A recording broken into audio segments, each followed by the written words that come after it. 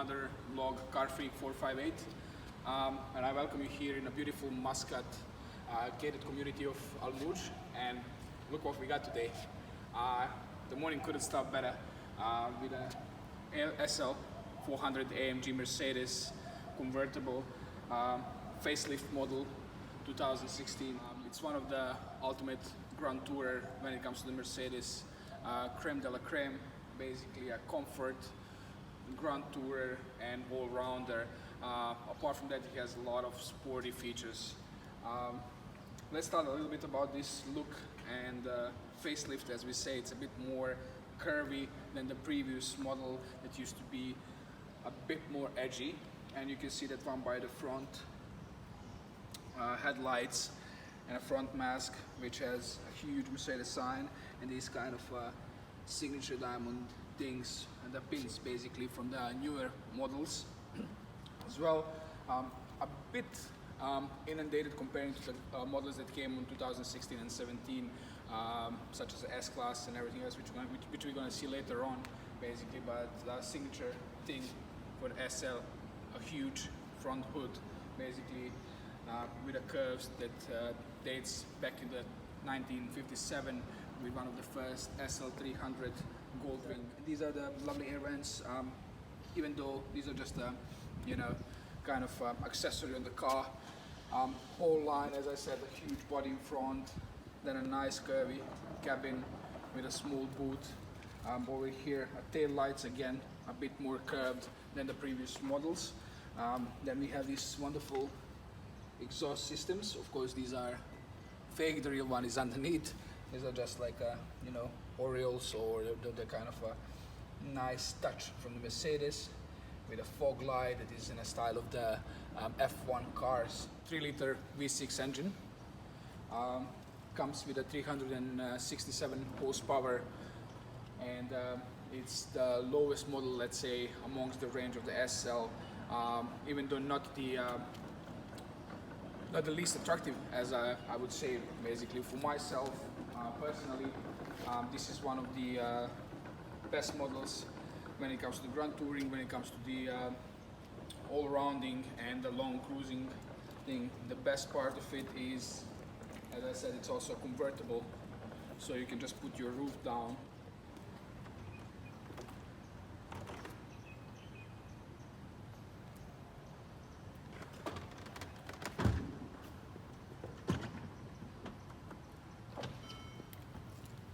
Beautiful, isn't it? So inside the interior, I don't like to be like a bug and buzz a lot about the features and everything. I like to present more about the modes and the driving experience of the car. As I said, a little bit inundated, but still, it's a Mercedes with a lovely seats that are adjusting to your body as well, and then the interior that take your breath out, to be quite honest. So we have this lovely Mercedes steering wheel, which I really like when it comes to the bottom part, which is flat. One of my favorite things when it comes to that one. Metal floppy gearbox, basically 5-pedal gearbox over here. A lot of different modes here when it comes to the seats adjustments, when it comes to the memory seats, as well as the boot opener here. Normal dials, and then you can choose some of the other options here from the steering wheel, basically voice control, sound control, basically volume control, and then some of the basic features when it comes to the car. When it comes to the infotainment system, you can choose the different settings. Let's say if you go back here, you can choose the vehicle, navigation, media, radio, system settings, display off. Basically, you can switch it off during the night. This is what I do usually. When it comes to the vehicle, one of my favorite here is the dynamic select, where you can select the individual configuration of your car, what do you want it to be, and then the vehicle data, that you can get all the data from the vehicle about the G-force and everything, the suspension, so on. And then engine data, something that I keep it always on since I took this car, which is so cool. As you can see, like all the dials, apart from the main ones, you have about the Newton meters, about the temperature in the engine, about the battery. So it's just beautiful.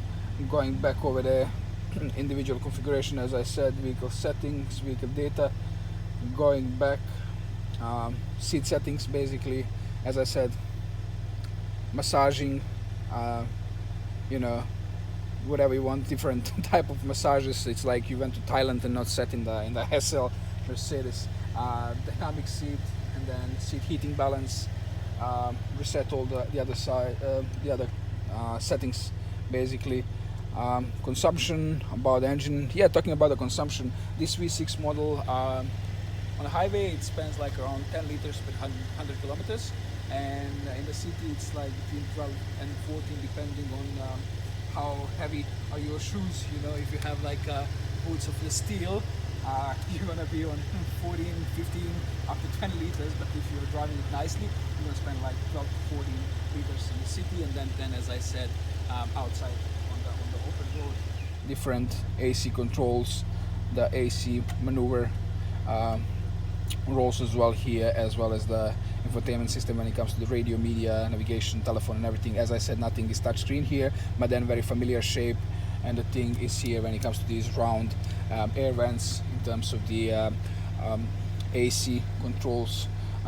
What I was about to tell you as well, when it comes to the wind noise in the cabin, you can always lift the back muffler, wind muffler as they call it, and you can just enjoy a ride. As you can see, with lovely headrest, some of the USB ports are here as well. Such a petite and small gearbox that you have in a Mercedes SL 400. Normal driving modes, manual, and then basically dynamic select, which we're gonna see later on when I drive the car. There is a comfort, sport, sport plus, and then individual settings that you would like to basically put yourself. Another kind of a small storage room, and the cup holders here in the front. ABC, as Mercedes call it, it's active body control system with the seats. So basically once you are turning into the corners, the seats adjust and squeeze you into the middle, especially these parts. You can also switch it off if you don't like it, but personally it gives you a lot of stability. That's something really good over there, probably some V8. If you turn the corner right, basically the G-force push you in an opposite direction, where these kind of side of the seats, they keep you in the middle, centered, as well as your co-driver. So yeah, if you have a co-driver such as Jamal and complaining about your rough driving, so you can just keep him happy with ABC here in the Mercedes, where he's going to stay in one place and enjoy his ride all the way that you are driving, let's say, recklessly or a bit more sharp and sportier. Apart from that, the Mercedes, you would say, like when you're driving, and we're going to discuss that one later on, it seems like it has the air suspension, but it doesn't actually.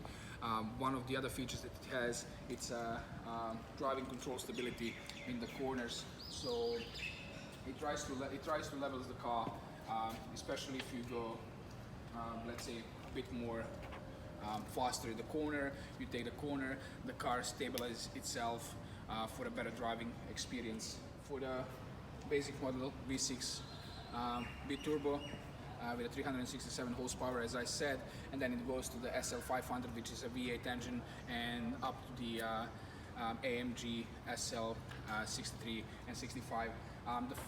The fun thing is about the Mercedes SL, the top model is almost 100,000 euros more expensive than the basic model, and to be quite honest, from personal opinion, I don't see why, because you get almost the same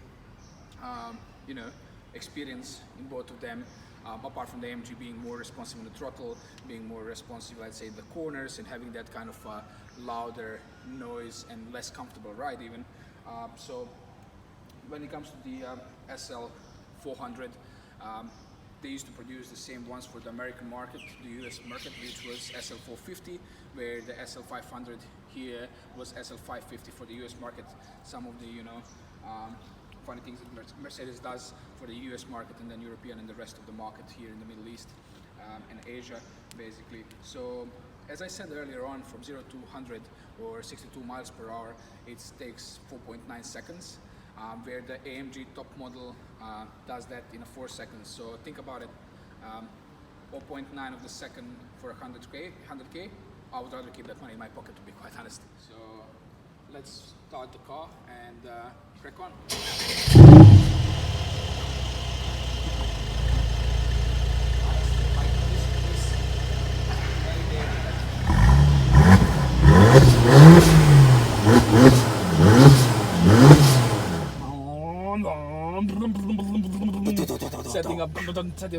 Setting up the camera.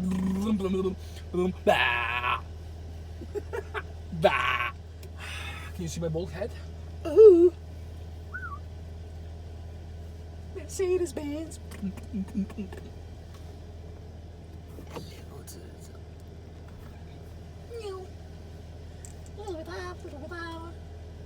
I can't wait to buy a GoPro. Oh. Peace.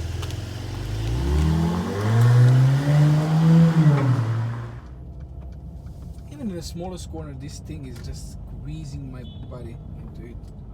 When it comes to the SL, you know, and the comfort in the car and everything, which we spoke about, it's just amazing. You know, apart from that, this long bonnet, I don't know if you can see, but this long bonnet is just, I don't know, it's so beautiful to look at in front of the car. The car is so low, and then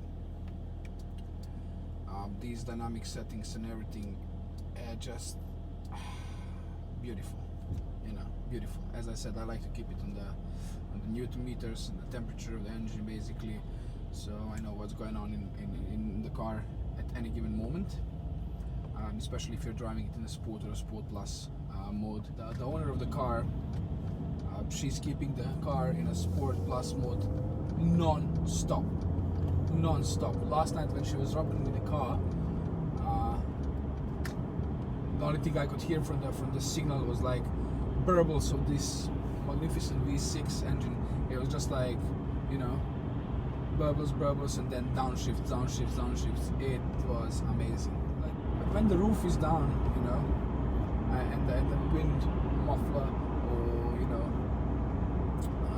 the noise protector up, it's a really comfortable ride. It's not that noisy. Yes, you might compare it with some of the rivals. Let's say Audi 5 S5 convertible, you know, or BMW, you know, but they don't have this sensation of the SL. The car has a soul. The car has, you know, the history and everything with a gold wing, and dating all the way from 1950s. So when it came out in 2016-17, this facelift model was like a 60 years anniversary, and it's so much like the first one. Yes, it doesn't have the gold wing. It doesn't have the gold wing doors, and yes, it's not old-timer, but this bonnet, the shape of the car and the line, it's just like, it has something, you know.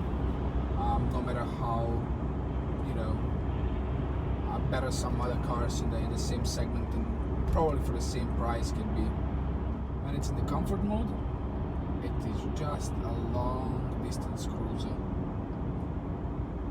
You can enjoy your time, you know, in a sunny Muscat on a morning like this. You can just, you know, recharge your batteries, let it go. The old SL, by the way, was one of my, you know, all-time favorites, as I used to I used to see the one almost every time I go to my grandmother's house. You know, there was a lovely SL 500 over there. I think it was 1990 something. The very let's say sharp edges, and it's like a cube, you know. But he has such a long bonnet, and then the appearance and the look, basically. So it was something to look forward. And the guy didn't have one, he had two of them. So imagine that. Like, he used to have two SLs.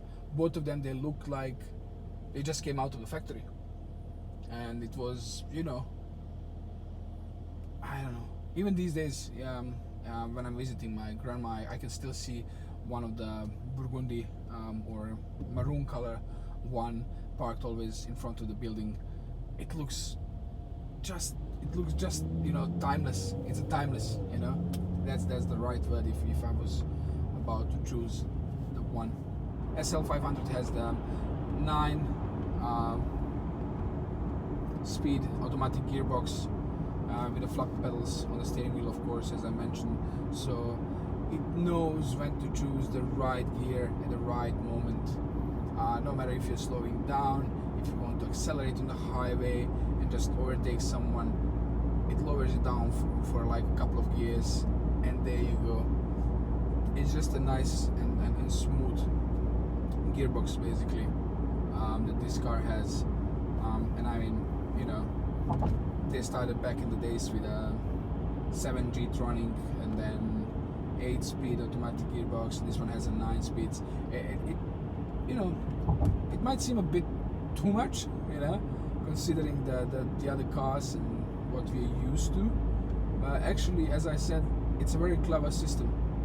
It knows when to choose the right gear for you, and this is a lovely traffic ahead of us. Wow, amazing. This is just amazing. It cleared unexpectedly quicker than I thought it will be. So, hitting the road back and trying to reach to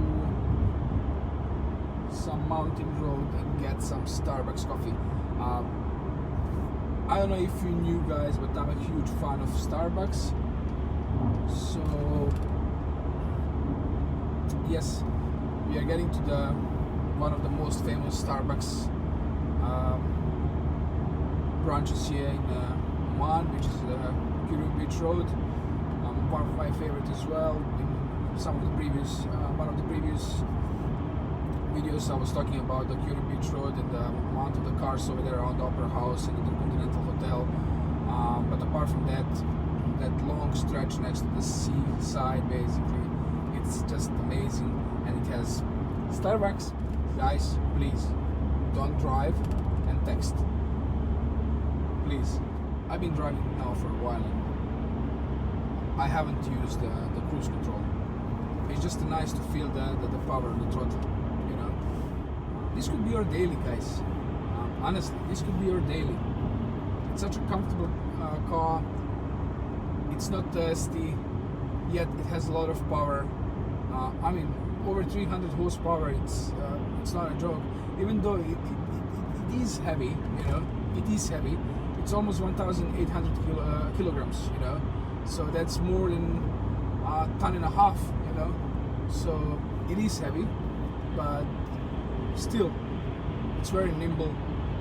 It's very, you know, agile in the corners, and you might ask for a little bit more of the steering wheel responsiveness, but then you should not forget that this is a Grand Tourer. This is not a supercar, or this, you know, it is a sport car, but not, you know, the Grand Touring. It's in its DNA, basically. This is what this car is meant to be: a Grand Tourer, a GT car. Call it whatever you want, rather than a sports track day car or some sort. So yeah, it does have a good responsiveness, but then, as I said, like, it might need a little bit more if you're a sporty person. But then on the other hand, hey, get yourself a sports car if you want. Between the sports car and the Grand Tourer like this, I don't know, for the everyday use and a long distance, I would always choose the SL. it's such an amazing car. No matter about the drawbacks, you know, just forget about them. Whoop, there's a bicycle now on the road. So, you know, it's just something to look into when buying a car. A huge hump in front of us.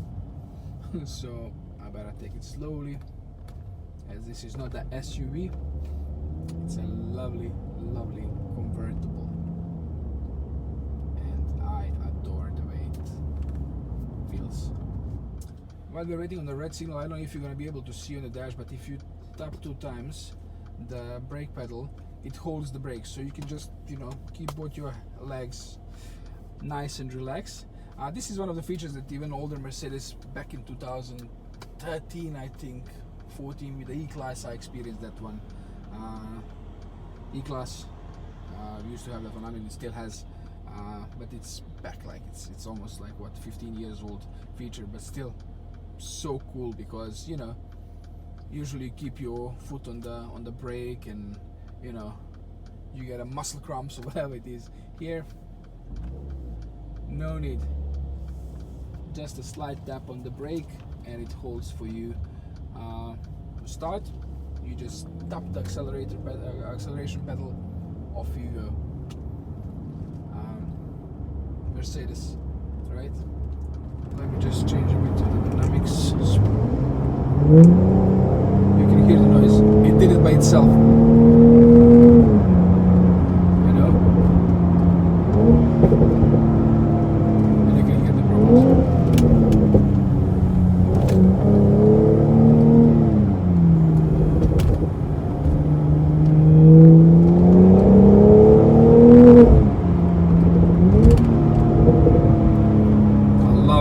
Lovely burbles.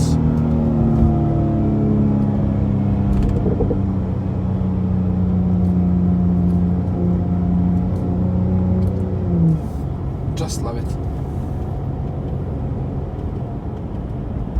Just love the way the car sounds, and it does the shifts when you change dynamics.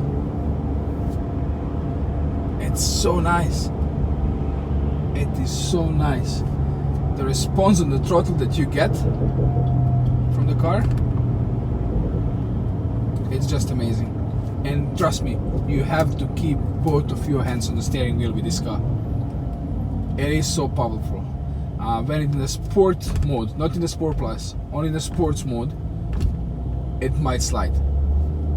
So, you see?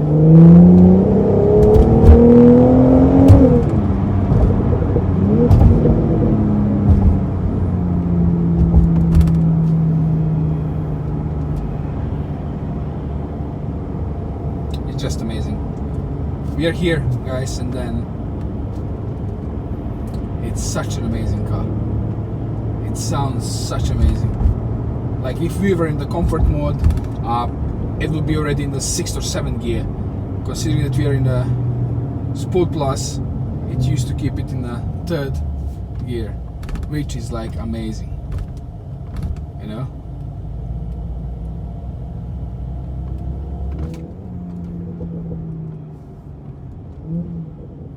The bubbles, the sound of the V6, it's just mesmerizing. It is waiting for your kick. It is a 4.9 seconds. These are the 4.9 seconds that I was talking about. 0 to 100 kilometers per hour. Boom, you're there. You feel it. It's just an amazing car. Oh, you beauty. Let's grab that coffee that we were talking about. And this lovely SL 400 AMG, basically, you know, owning this car, waking up in the morning would be just, you know, music. Wake up, put the roof down if it's a nice day. If not, the AC is working just fine, you know. get to work, enjoy yourself, honestly. And then people say like, I need a car only from A to B. Yeah, you do. Nobody's denying that. But hey, if I have to go from the point A to point B in I don't know, Kia or Hyundai, or I can choose to go with a SL or a Ferrari, come on, let's not cheat.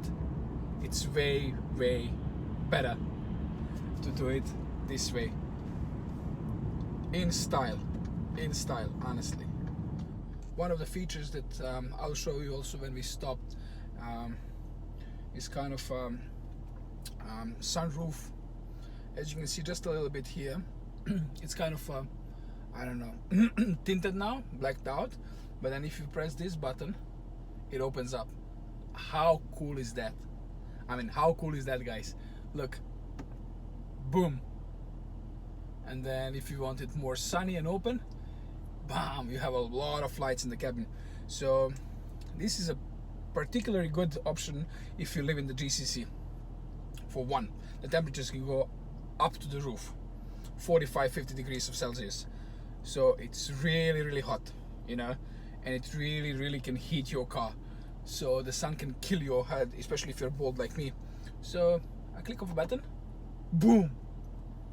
It's kind of a, you know, some kind of electric, I don't know, things that they have it here, which makes it so cool, you know, and just darkens up everything. It's come on, Mercedes. What else? Honestly, what else? It's such a feature. Look at this, boom, and 1, 2, 3, boom. Woo! I love it. This car also has a smart how do you call this, tailgating system. So if you turn it on, it doesn't allow you to, you know, crash into someone's tail or back, you know. It keeps the distance between the cars, which of course you can switch it off, especially if it's busy on the road like it is now. So you don't want to keep that kind of a huge distance between the cars, especially not in the GCC, where the drivers are just cutting the lanes without any indicators or anything. So what I didn't tell you is about the top speed. It's limited to 155 miles per hour. So this is something what Mercedes does to most of their cars. If you want to take the limiter off, or if Brabus is doing any kind of a modification on the AMG models or the Black Series of the Mercedes, basically they're changing all the suspension, they're changing all the settings, they're changing all the nuts and bolts in the car, you know. That's why the Mercedes has a limiter on 155 miles per hour, just because everything is set to that speed, you know. So every nut and bolt, every screw in the car, you know, is meant to go up until 155 miles per hour. Not that you need more, to be quite honest, especially in this kind of in this car. But as I'm saying, if you want, you can get yourself a Black Series, you can get yourself a AMG GT, AMG GTR, AMG GTS, AMG GTC. There's so many of them. The range is like so, you know, big now when it comes to the AMG GT cars. Basically, do you want the, you know, convertible one? Do you want the coupe one? You know, do you want the track focused one? They all have a small bits and pieces that are different, and then you really need to dig into the manuals and the books to understand what is the difference between, let's say, a GTC and the GTR, or the GTS, you know, or the regular GT, which was the first one to come out. But yeah, that's why 155 miles per hour is a limited top speed on this car as well. In the start, listen to this one. Even though it's not a cold start, the car is warm like a hell. Oh my god. Oh my god. I mean, guys, it's been an absolute pleasure driving this beauty. I was talking too much in the video, I have to go through all the shots and everything. But big shout out again to Fura. smile. So, There you go.